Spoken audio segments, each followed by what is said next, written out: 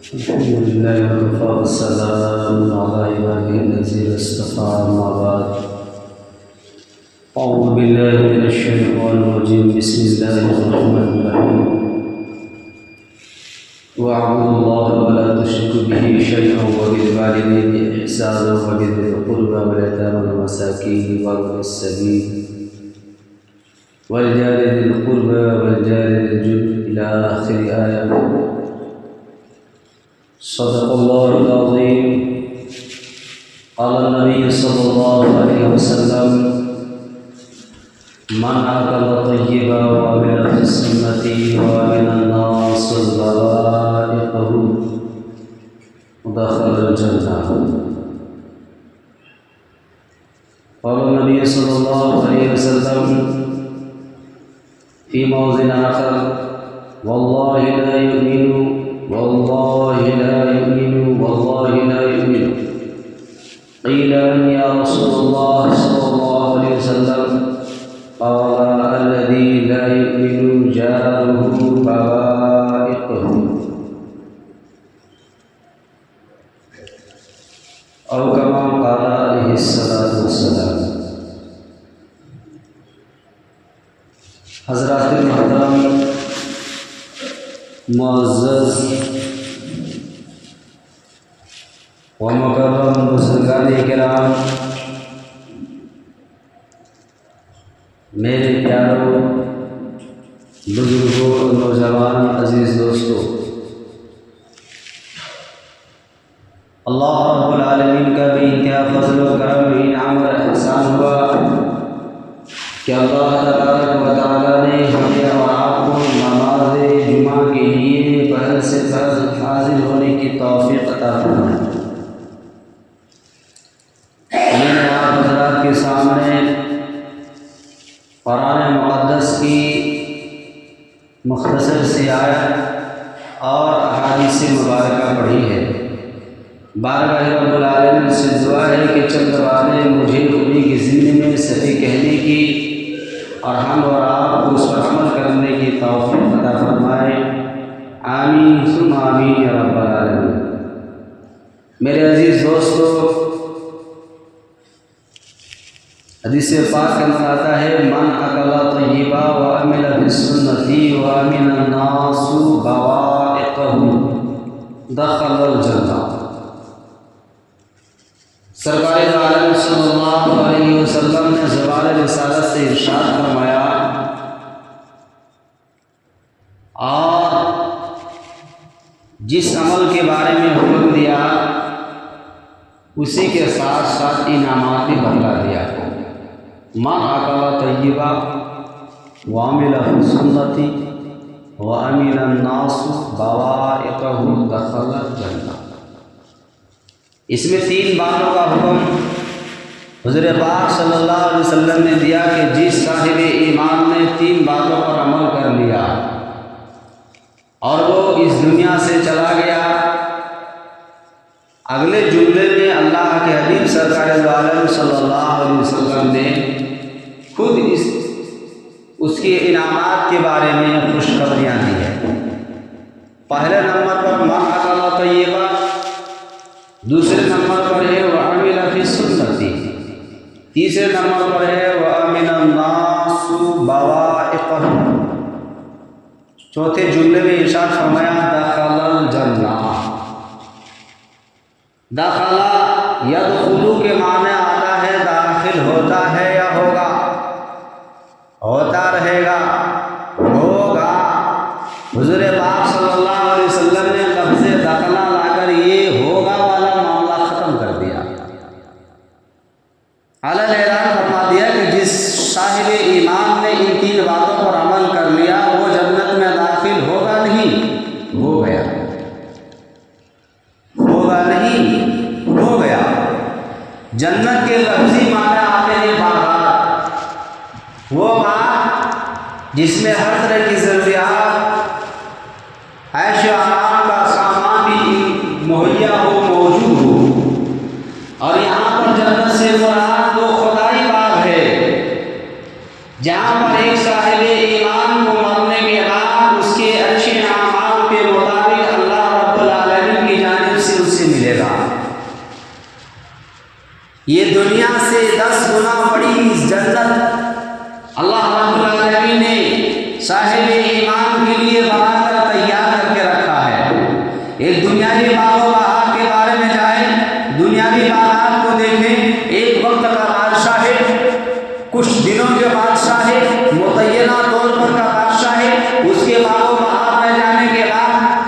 اطمینان، کیا آرام، کیا سکون، کیا اطمینان قلب حاصل ہوتا ہے وہ آپ لوگوں نے اندازہ کیا ہوگا۔ ایک دنیا کے بادشاہ کے باغات میں جب وہ عیش و عشرت و آرام و سکون مل سکتا ہے تو آپ اندازہ لگا سکتے ہیں یہ وقت کا بادشاہ، کچھ دنوں کا بادشاہ جو احکم الحاکمین ہے، جو خدا رب العالمین پورے کائنات کا بادشاہ ہے، ہمیشہ سے ہے اور ہمیشہ رہے گا، اس خدا کے باغات کا کیا کہنا ہے؟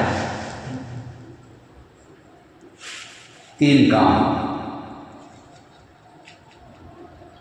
مسلمانوں، تین کام، آج تین کام کر لیجئے، تین کام کر کے دنیا سے چلا گیا حضور پاک صلی اللہ علیہ وسلم۔ کسی صاحب، کسی انسان، کسی مورخ، کسی مفکر، کسی محدث، کسی معلم، کسی قاری، کسی حافظ، کسی بھی صاحب ایمان کا کلام نہیں، یہ میرے اور آپ کے نبی آقا دو جہاں تاجدار مدینہ محمد عربی صلی اللہ علیہ وسلم کی زبان رسالت سے نکلے ہوئے کلمات ہے، جس کی زبان رسالت سے نکلے ہوئے کلمات کے بارے میں آتا ہے کہ پہاڑ اپنی جگہ سے ٹل سکتے ہیں، یہ چٹان ادھر سے ادھر ہو سکتے ہیں، آسمان اور زمین ایک ہو سکتے ہیں، چاند اور تارے زمین سے اوپر سے نیچے آ سکتے ہیں، لیکن امام الانبیاء محمد عربی صلی اللہ علیہ وسلم کی زبان رسالت سے نکلے ہوئے کلمات ادھر ادھر نہیں ہو سکتے۔ حضور پاک صلی اللہ علیہ وسلم نے جو فرمایا وہ سچ ہے، برحق ہے، صادق ہے۔ تین کام، نماز پڑھنے والے سے پوچھے کہ آپ گرمی کی حالت میں گرمی کو برداشت کر کے نماز پڑھ رہے ہیں، سردی کی حالت میں سردی کو برداشت کرتے وضو فرما کر کے نماز پڑھ رہے ہیں، اس کے بدلے میں آپ کو کیا چاہیے؟ یہی تو کہے گا نہ جنت۔ روزہ رکھنے والوں سے پوچھو کہ آپ بھوک اور پیاس کی شدت کو برداشت کر کے اور خواہش نفس کی قربانی دے کر کے آپ روزے رکھتے ہیں، اس کے بدلے میں آپ کو کیا چاہیے؟ یہی تو کہے گا نا جنت۔ ارے حج کرنے والوں سے پوچھو کہ لاکھوں روپے خرچ کر کے مدینہ طیبہ تشریف لے جاتے ہیں اور حج کرتے ہیں اتنا پیسے کی قربانی دے کر کے، اس کے بدلے میں آپ کو کیا چاہیے؟ یہی تو کہے گا نا جنت۔ ارے مساجد بنانے والوں سے پوچھو کہ آپ مساجد بنا رہے ہیں، اس کے بدلے میں آپ کو کیا چاہیے؟ یہی تو کہے گا نا جنت۔ مدارس بنانے والوں سے پوچھو آپ مدارس بنا رہے ہیں، اس کے بدلے میں آپ کو کیا چاہیے؟ یہی تو کہے گا نا جنت۔ مراکز، دینی مراکز بنانے والوں سے پوچھو آپ دینی مراکز تعمیر کر رہے ہیں، اس کے بدلے میں آپ کو کیا چاہیے؟ یہی تو کہے گا نا جنت۔ دینی خانقاہوں کو تعمیر کرنے والوں سے پوچھو آپ دینی خانقاہیں تعمیر کر رہے ہیں، اس کے بدلے میں آپ کو کیا چاہیے؟ یہی تو کہے گا نا جنت۔ غریبوں کو مدد کرنے والوں سے پوچھو آپ غریبوں کی مدد کر رہے ہیں، اس کے بدلے میں آپ کو کیا چاہیے؟ یہی تو کہے گا نا جنت۔ یتیموں کے ساتھ اچھا سلوک کرنے والوں سے پوچھو آپ یتیموں سے پیار محبت سے پیش آتے ہیں، اس کے بدلے میں آپ کو کیا چاہیے؟ یہی تو کہے گا نا جنت۔ ارے زکوٰۃ دینے والوں سے پوچھو آپ اپنی مالوں کی زکوٰۃ نکال رہے ہیں، اس کے بدلے میں آپ کو کیا چاہیے؟ یہی تو کہے گا نا جنت۔ اور اسی طرح سے قربانی کرنے والوں سے اللہ کے نام پر اللہ کے راہ میں قربانی کی جانور قربانی پیش کر رہے ہیں، ان سے پوچھو اس کے بدلے میں آپ کو کیا چاہیے؟ یہی تو کہے گا نا جنت۔ دعوت تبلیغ والوں سے پوچھو آپ اپنی وقت جان مال کی قربانی دے کر کے راہ اللہ میں نکل رہے ہیں، قربانیاں دے رہے ہیں، اس کے بدلے میں آپ کو کیا چاہیے؟